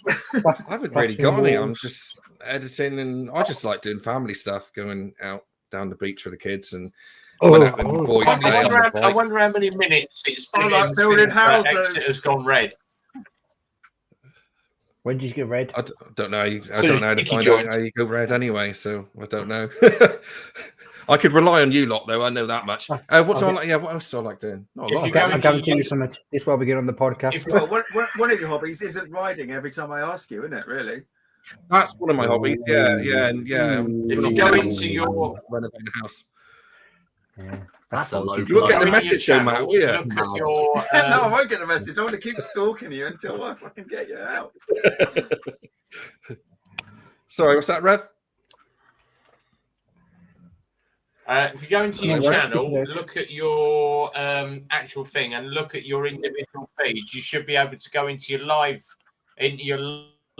and look at if it's green, orange, or red. Mine goes red within the first 20 seconds in below me. Right. I saw PP, to be fair. You're probably orange. Yeah, I don't know. I've minded my P's and Q's tonight. Have you? Yeah, I don't know. FCC's the trouble. If we can try and keep it orange, that would be much appreciated. But anyway, I'm going to go toilet, so anything could happen now. So just have a chat. Reminds me of that Steve Martin film, was it? Dirty Rotten Scoundrels. Excuse me, may I be excused? And they go, of course, Rupert. And he goes, God, drop the thank you. See how fast we can get him. Brilliant film. Rhythmic's probably too young to have seen that. Yeah, to be fair, I had no idea what you're talking about. Brilliant film. What? Steve Martin? You wouldn't have heard of him either, have you? It's Steve Martin and Michael Caine. They're two con men. Yeah. It's an hysterical film. They remade it with Rebel Wilson and some other. Oh yeah. Actors, I can't remember their name off. But it wasn't as good as the Steve Martin and Michael Caine. Nowhere near as good as the original. It was well worth watching. The Rebel Wilson one's good. I like Rebel Wilson. I think she's hot. I thought the Jerk was better. Yeah. Oh my God, they hate cans. Stay away from the cans. Brilliant. Absolutely brilliant. And also that film where he does the one where you can swap brains, and he does a childproof lid on the head. And you push down on the head. The inventor of the screw brain out and put it back in again. That's right. Yeah. Grant. If you like me like I like you. That was the song. Jesus Christ, what's going on?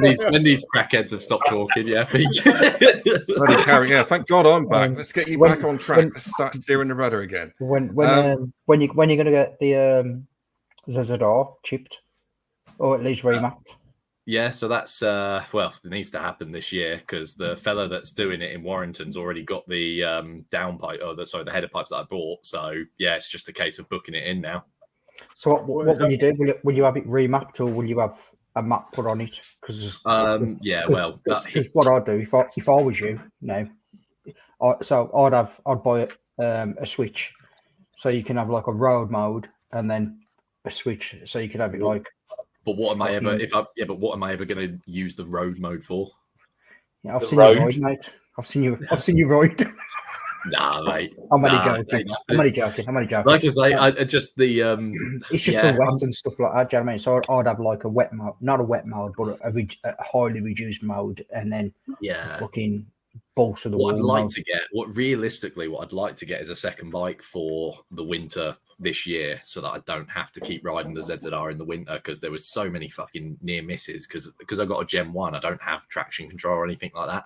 So I'm just coming off Stuart's laughing because he knows the pain. You come off roundabouts and I can't slow it. And it just tries to it's like like Buckaroo. It just tries to buck you off every tries to what? Buck you off. Yeah, buck you off, mate. Oh, right. Okay. You get your mind out the gutter, bro. I don't know whether this is gonna work. And if you don't want to talk about it, it's fine. Do any of you guys believe in the paranormal, as in ghosts and things like that? Because I've got some credible friends who are straight as a die, and yet they've had experiences. Has anyone else had any weird experiences like that? Yep. Yes, I have. Yep. 1, 2, I've made love. 3. Yep. Yeah. Every day. So, yeah. Pam dog count, Riff. I'll tell I'm you. going to start with Stu on this one. I've made love with one. I've actually made love with one.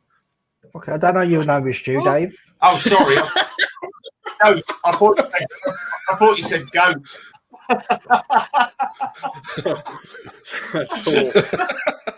Anyway, Stu.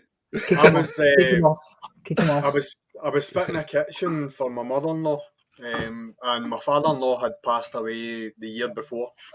And basically, where my mother-in-law stays, my wife's auntie stays across the road. So my mother-in-law was staying over there because I had all the kitchen units and that in the house. So I was staying in the house myself. So basically, there was no one else in the house, and I was upstairs, and I could hear somebody downstairs. So I went downstairs and checked the front door, back door. Everything was empty. Everything was locked, sorry. So I come back upstairs and I was settling back down, and I could hear somebody coming up the stairs. So the noise was getting closer and closer, and then the stairs sort of turned round a corner, and I could hear the noise of the steps, but nothing. There was nothing there. And then the light switch in the bathroom is a pull cord, and I could hear the pull cord going. So basically, about 10 minutes, 15 minutes after that, I could hear rummaging about downstairs, and basically went back downstairs, and there was nothing. But to go on a wee bit, my wife went to a fortune teller, who you have to book a year in advance. The guy's meant to be very, very good. And basically, what he said was that my father-in-law was looking for his wedding ring, and that's what it was. I firmly believe it happened because my wife and my mother-in-law, while before I started the kitchen, they were looking for it, and because they never found it, he was trying to look for it, and that was the first thing that he said to my wife when she went to see him. Somebody had an experience in your house, and that's what it was. I consider you a credible source, Stu, as I do with Peaky and Matt as well. So it was unbelievable. Yeah. Peaky? If you want to talk about it, you don't. No. Quick one for you. No. Oh, hello. Go on, Rev. For him down in, where are we? That corner, Rhythmic will know what the Checkers pub in Bletchley is. Yes. You know the Checkers on Aylesbury Street?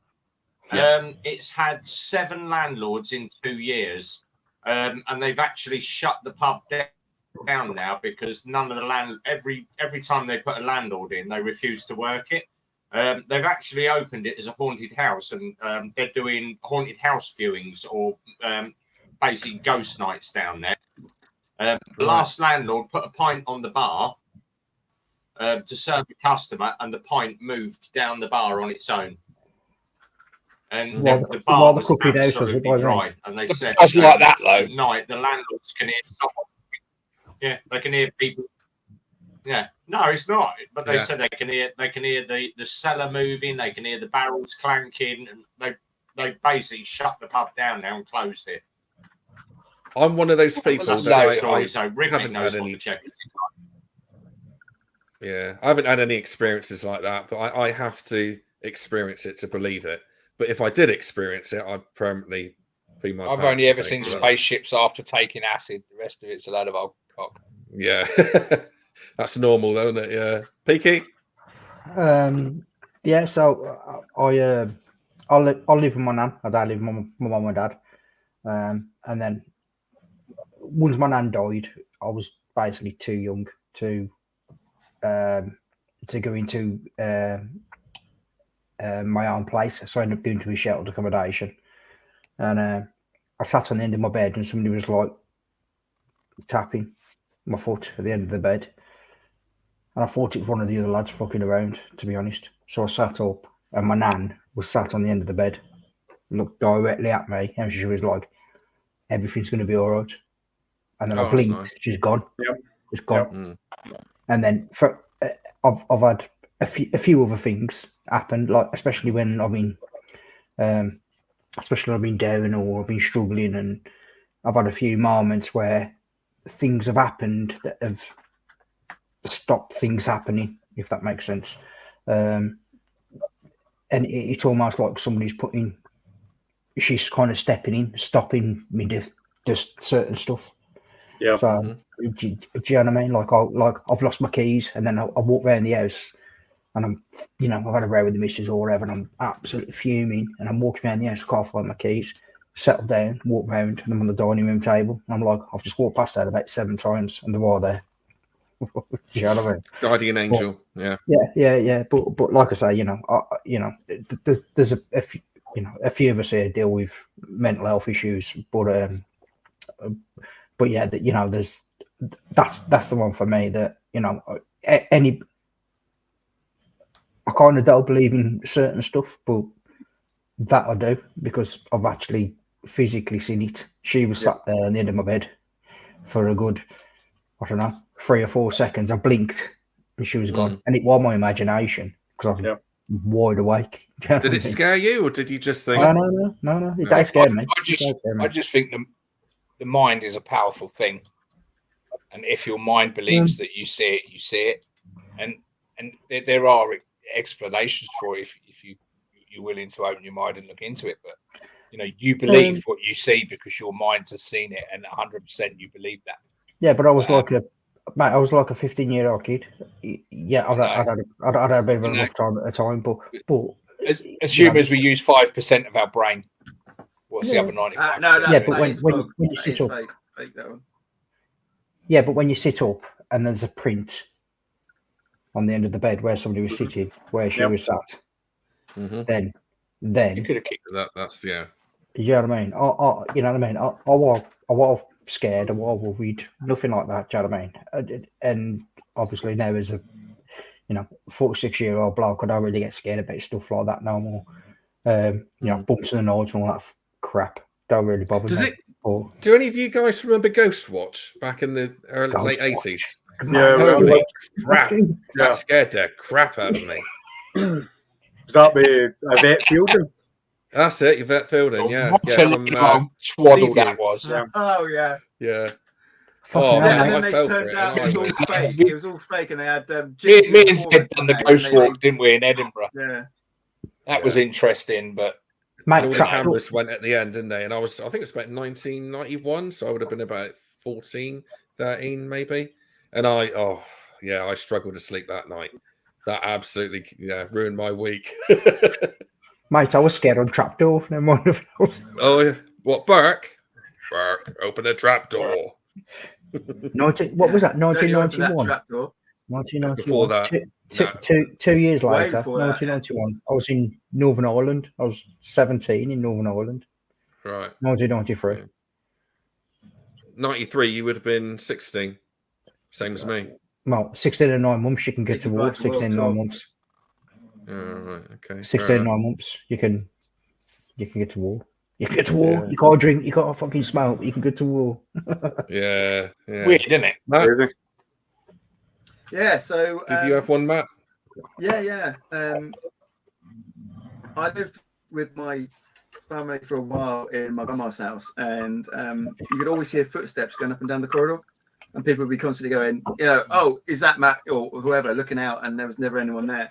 But then the first one I kind of really experienced was I was in York with the family, and I was walking ahead of them because I always walk quicker, and this guy in basically Tudor clothing, with a Tudor hat and the whole lot, went past and just gave a nod and went past. I was like, that was really odd. I don't think there's any event on. I'm like, and I turned around, and he was quite tall compared to me, and even then I was fairly tall then, and he just wasn't there. And I was like to my family, did you see the guy in the Tudor clothing go past? And they were like, no. What dude? And I was like, this is really odd. And then with my eldest, she used to we taught her sign from a very early age. So from about 6 months onwards, we taught our kid how to sign so that we could kind of avoid all the terrible twos and everything else like that. And one night she's like, there, which means man is there. And I'm like, there's a man there. And she's like, yeah, man. I was like, is he nice? And is it at the end of her bed? And my wife was like, oh, this is a bit weird. And I went, why don't you give man a hug? And she got out of bed and she went over and she was literally just like this and gave this kind of nothing that was there. Oh, at which point my wife just tuned out of the room, went down the stairs. And I'm like, oh, this is awesome. It's like the entity, and she used to see a little Yeah. boy as well. Yeah, and it's weird. And then my cat got knocked over last February, funny enough. And for about 3 months after, whilst I was drifting off to sleep, I would feel the cat jumping onto the bed. Yeah. And then, it's funny enough, I was on Threads, and someone else went, "Is this really weird? My cat's died, and I can still feel them jumping onto bed at night." And I was just like, "Well, okay, at least I'm not that, because I'm on meds for quite a few things." And I was like, okay, fine. It's not me. I'm not actually kind of a rocking idiot in the middle of the corner. Someone else is getting this. But that was really weird. I used to feel his weight on me. Yeah. And he stopped doing it now, which is a shame because I would have preferred him to. Go on. Sorry, mate. Can I just say, I'm learning sign language now with my grandson. Yeah. He's 16 months. So I'm learning. Yeah. So I'm learning sign language now with my grandson. So I'm trying to learn it alongside with my grandson because it's one thing that I've always wanted to do. It's amazing. The one thing that you realise is just how much a kid sees. So our kids would be signing. They'd be like, "Oh, there's a plane," or "There's a bird," or "dog," or whatever else like that. All the other kids are just sat here like this in the pram, just looking around. But they'd be calling out what they could see and saying it was cool. And then one time I was feeding my daughter grapes in Sainsbury's, and I stopped feeding her, and she suddenly started kind of going. I was like, "What are you doing?" And then I realised she kind of made the twig between sign language and language, and she didn't know what the word for grape was, so she made up a sign for grape in order that then I would give it. But I mean, the signs we learned most were food, more food, cake, and biscuit. And you're always finding that the kids are always hungry. If they're not telling you because you don't know, you're always behind on feeding them. They're like little Labradors. And they were always like, "Oh, I want more food," and then you go and cook more. And when that they twig that you understand them. I remember I was tickling my daughter, and I was just doing up the zip on her baby grow, and she laughed and she went, "More," and I went, "Oh, more like this," and she was just like, "Oh, you understand me?" And that was like 8 months. At 8 months, she was starting to sign and understand what we were doing, and it is brilliant because we never had the terrible twos. It didn't happen because they could communicate. They could tell us what they wanted. It's fabulous. But yeah, you're going to love it, Peaky. Absolutely. That's like Raffy now. He wakes up. I'm like, obviously, Raffy lives with me, so I'll jump in the bedroom and scare him. Whoa! Like 6 o'clock in the morning. It's morning time. Come on, wakey. Do you know what I mean? But he's like, "Yeah, granddad." That's all he shouts. Granddad. So 6 o'clock. Yeah. 6 o'clock. 6 o'clock. I do that with my 15 and 16, no, 14 and 16-year-old. And what I do is I go in the morning, like 9:30, 10 o'clock, go, morning. Oh, what a beautiful day it is out there. Pull the curtains open, off they go. Like, yeah, they love you for that, don't they? They absolutely love it. They really do. Yeah. But then like, I'm like easy pickings because like he's walking now. So like I'm walking around the house with him, and do you know what I mean? So it's just like, granddad. That's all he's doing. Granddad, more, granddad. Yeah. Have you got any of you guys ever been hypnotized? Yeah. No, I wouldn't do it. No. It's brilliant. I got hypnotized 6 years ago, I reckon, to quit smoking, and I didn't want to do it. Right, somebody bought it for me. I thought, right, okay, let's do it. 150 quid, and so anyway, before I went in, I was smoking like a train. I thought, I don't want to quit smoking, and I used to smoke. What's that roll-ups called? The popular one, not Holborn, Golden Virginia. Used to do roll-ups. Golden Virginia. That's it. I used to smoke them like hell, and I went in there and I thought, I don't want to quit smoking. And the bloke sat me down and they sort of talk you through a load of stuff. And when you answer, he kept saying to me, no, don't answer. Just listen to what I'm saying. What's going on in the side chat? Jesus. Bloody hell. It's bad. Don't read it. Jesus, our savior. Yeah. It's all right. Just carry on. And yeah, so anyway, I anyway, he does the talk and he does. I can't remember. It wasn't a clock or nothing like that. It was something else, some sort of ticker. Anyway, before I know it, I woke up and I thought, oh, now it's only been like 5-10 minutes. This is crap. He said, oh, you've been under for an hour now. Anyway, so I looked down and my trousers was down. No, I was joking. I know what you lot are like. Sore throat, though, didn't you? Sore throat. Yeah. Got to wrap up in a minute. It's getting worse.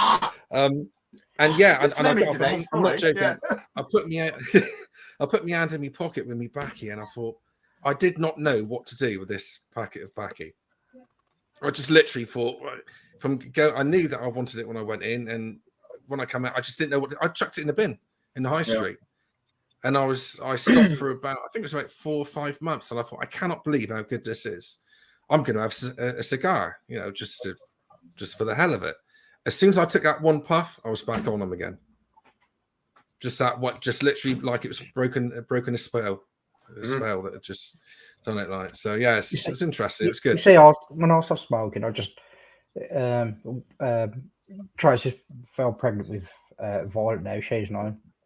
I just remember it went to about six quid a pack, and we worked it out. Basically, it would have covered our mortgage, what I was spending on cigarettes, and it absolutely fucking killed me. But I was just like, cold turkey. That's me done. That's me finished. I've done the same smoking thing. animal. How long does it go? I'd love to have a fag. Honestly, I really would. Oh. I know what you mean. Yeah. I just think it's a taste. What is going on here? You're talking about sign language. I'm backing him in. A bit of a story about it. We was touring in Germany, me and the missus. And, we went out for the evening, and we got on a tram because the tram was the only way to get you into the town. And there was me, the wife, on this tram, and just 2 women. That was it. No one else. And the 2 women were clearly deaf because they were signing to each other. They couldn't, you could tell by the way they were speaking that they were deaf. So I thought this is the perfect opportunity for me to have a fart. So I let this ripper out, completely forgetting that they're deaf, but they've still got a sense of smell. Oh no! So they've looked at each other, and the other one's gone, the other one went, oh, it's me and the missus in the back crying, working in this fucking tram. Bloody hell! It was brilliant. Oh, great! Yeah. When people talk about sign language, that just comes back. It's just so funny. Yeah, that's awesome. That is funny. Right, we'll start. Completely forgot. That's all right. We'll start knocking off in a minute. It's gone off to knock one off now. He's still young. Yeah. So I'll wait for Rhythmic to come back and Peaky. Yeah, what's on this weekend, guys? Just work, normal life, is it? Yeah. I've got a 3-day week this week. All right, So cool. Monday, Tuesday, Wednesday, I'm in. Wednesday night is Mrs. B's birthday. She's 45.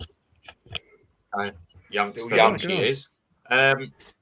Thursday, I'm in to get this sorted out. So I've got my pre-assessment op, measure up my lens and do that, which puts, luckily, it puts me out of action for the Friday and the Saturday. So Friday is bank holiday. I'm not working.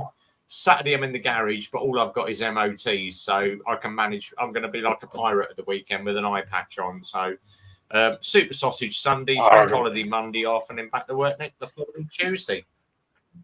Mm-hmm. Yeah. So, yeah, easy Same week as me, for me. really, just Easy working. week for me. Yeah, full on working for me, but never mind. Matt, you're going down Teignmouth, are you, Tuesday? Oh, God. To the bike meet? Yeah, I'm going to do Teignmouth Tuesday. Bike meet. I'm going to try to do the refuel bike meet, the bridge bike meet. Is that bridge? I've not been to refuel. Yeah, bridge motorcycles is on right? Thursday. I think refuel is on Wednesday, so I'm going to head up to there, and then I'm going to try to hit the Rainbow Cafe as well, which is the new one that's opened up in Ashburton. Right. And then obviously you've got Biddeford coming up, but I'll do that when it's a bit lighter because I'm not riding that bloody road with all the potholes at night. I tell you. Yeah. And the Rainbow Cafe, just for clarity, is a bike place, isn't it? Just so everybody knows. Yeah, Rainbow Bikes at Ashburton. I think it's a new place. They've been in contact with me actually. Down at Ashburton, so that's a nice little road. You do that. Yeah. Take advantage. Yeah. And also, I want to do the I'm going to do the coastal ride down to Devon as well. Take advantage. At the Rainbow Cafe, take advantage. Oh yeah, it's like the Blue Oyster. He missed that. He missed what? Mate, I'm just walking on that one. So. Anyway, so we'll knock off now. Thanks very much for coming along, everybody. Obviously, with 6 people, it's worked quite well actually, because it is quite difficult to, talk and chat, isn't it? But I think we've done pretty well there, really. Thanks everybody in the side chat. Can I, before I forget, people in the podcast, if you heard any snoring, it wasn't anyone dropping off. It was just Peaky's dog. So no, it wasn't anyone dropping off dog. there. He snores like a water. Can I just say, thanks, Steve, for allowing it to happen, because you don't usually do these, do you? So from all us lot, we appreciate it, mate. Thank you. Yeah, definitely. No, it's been no worries, mate. Thank you very much. Yeah, I mean, you guys are all decent fellows. You know what I mean? So and there's no other reason I don't do a lot of them. Well, apart from Peaky. But it's no reason I don't do them. It's just literally I've done a couple open mic nights, but now I do them, and there's more people set up to be able to do it. So, that's great. All decent blokes, and I've met 3 of you. No, I've met 4 of you actually. I haven't met Zed, haven't met Andy, but I might be meeting Andy later this year, mightn't I? I think you're coming down. Yep. We will be down at some point this year. 100%. Quick one for you, Steve. I've got a couple of friends that messaged me, Barry and Pauline. They said, "Oh, we're down in." Oh God, let me just put their postcode in. They're in Newport, which is, I think, South Wales. So yes, it is. I should ride down to them later on. Yeah, later on this month. But you're literally, I think, about an hour's ride from me. So I might even pop in and say hi. Yeah, go for it, mate. That'd be good. That'd be good, because I owe you a pint anyway, don't I? So yeah, that'd be good. You can you only got a pint. Yeah. Right. Just to put you in the picture, I met Rev at the hotel. It's nothing like that. It was just he was staying for and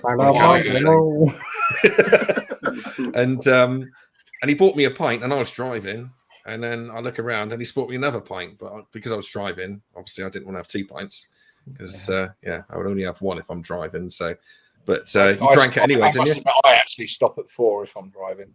I drank. Yeah, Yeah. However, at the ABR festival, he had like a camel sack on his back walking around. That's That was whiskey as well, wasn't it? It wasn't beer, it was whiskey.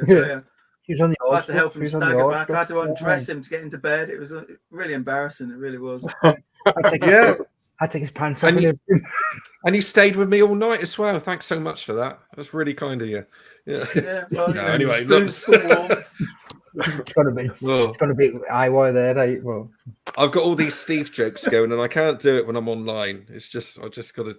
Yeah. Anyway, all decent blokes anyway. So thanks very much for coming along, and we'll do it again sometime, no doubt. Anyway, later in the year maybe. What else do I need to say? Thanks to Lily in the side chat. Blake, if you're still there, Paramedic Relic, which is Howie, as we know him. You also got Pooley, Bandit Man. I didn't see you there, mate. Thanks for coming along. Dropped in for the beat.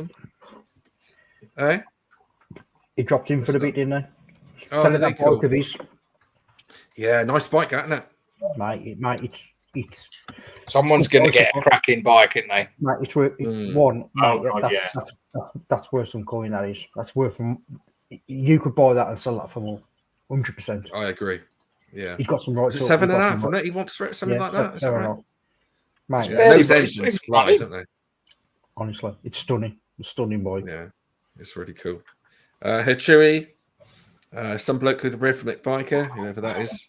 How do you pronounce that? How do you pronounce that? Chewy. Bless you. Yeah.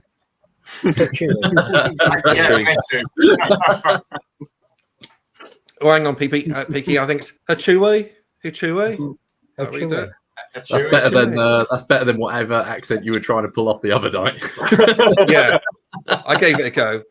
Yeah, it meant to be Australian, but it didn't quite work. Rowley's just come in the room as well. Roland Keefe's here. Oh, Rowley. Hello, Rowley. Oh, it's a shame you come in so late. I guess it's early over there for it. Anyway, we got to go. We got to wrap up. Sorry, Rowley, but we've just been on a couple hours now. So hello, good boy. Yeah. Good morning. Good night. Good night. So thanks for coming. Oh, that's what I wanted to mention. Right, Friday, Rev, you got your Friday Night Live, haven't you? You got your live show. I have indeed. Yeah. Which is every Friday without fail, isn't it? Religiously. Peaky, you got one on Wednesday. Peaky Rider, yeah. Peaky Rider. I'm Peaky Biker. Peaky but Biker. Anyway, you've been drinking. A little bit. No. But this week I've got if you're watching One Man One Bike, who's just been over to Morocco and Senegal and all the way around there. So I've kind of pressured him to come on because I've been texting him for quite a few months now and helped him out a little bit. But yeah, he's agreed to come on this week. So if you've got any questions, just email with the questions and I'll Peaky, my earphones cut out there. Was that 2 girls, 1 cup you said there? Yeah. Friday's one, I'm going to try and get I've been pestering Cartwheels for about 2 weeks to come on the Friday. So if we can get Cartwheels on, because he's obviously doing wild bad. And I think he's already met you, Peaks, hasn't he? Yeah, he met me. He's been on my live. Ex-army again. He's a good lad.